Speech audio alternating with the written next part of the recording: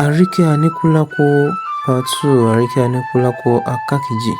Ẹ káàbọ̀ padà sí ọmọ Yorùbá TV níbi tí a ti máa ṣe àgbéyẹ̀wò sinimá tí a pè àkọlé rẹ̀ ní Arike Adekola.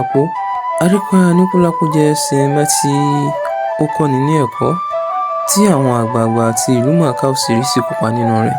Ibẹ̀ láti rí Feranmi Oyalowo, Juliet Jatto, Odunlade Adekola, Túndé Usman, Omi Ajiboye àti bẹ́ẹ̀ bẹ́ẹ̀ lọ.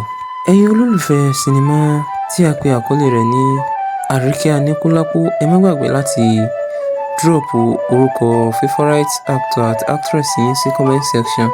Bí a ṣe mọ̀ pé sinimá ìparí síbi tí Bọ̀sún ti wá sí ilé Angel tí ń ṣe ọ̀gá ọlọ́ṣà gẹ́gẹ́ bí ọ̀rẹ́kùnrin rẹ̀. Kí a má gbàgbé pé Angel yìí ni ó fún àwọn akẹgbẹ́ rẹ̀ ní instruction kí wọ́n má gbé ọkùnrin tàbí obìnrin wálé, pé wọ́n á ní àǹfààní láti ní boyfriend àbí girlfriend nítorí iṣẹ́ tí wọ́n ń ṣe.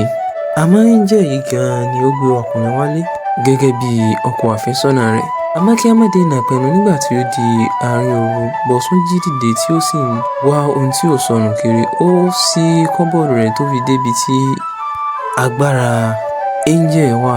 Eléyìí sì fà á tí ó fi ṣe àgbákò. Ibí ni apá kìíní sinimá ìparí sí. Ohun tí a máa retí ní apá kejì sinimá yìí ni pé ǹjẹ́ Bọ̀sún kú àbí kò kú? Kí ni ó ṣẹlẹ̀ sí Arike àti Ọ̀kànbí tí ó ń béèrè nípa rẹ̀ lọ́wọ́ àwọn ọ̀rẹ́ rẹ̀ nígbà tí ó wá sí abúlé? Kí ni ó sì gbẹ̀yìn Angel pẹ̀lú agbára rẹ̀ tí ojú mìíràn ti rí yìí? Kí ni ó ṣẹlẹ̀ láàrin òun àti ọ̀rẹ́ rẹ̀? Kí ni ó ṣẹlẹ̀ láàrin Angel àti àwọn akẹgbẹ́ rẹ̀ lẹ́yìn ìgbà tí ó gbé ọkùnrin wálé?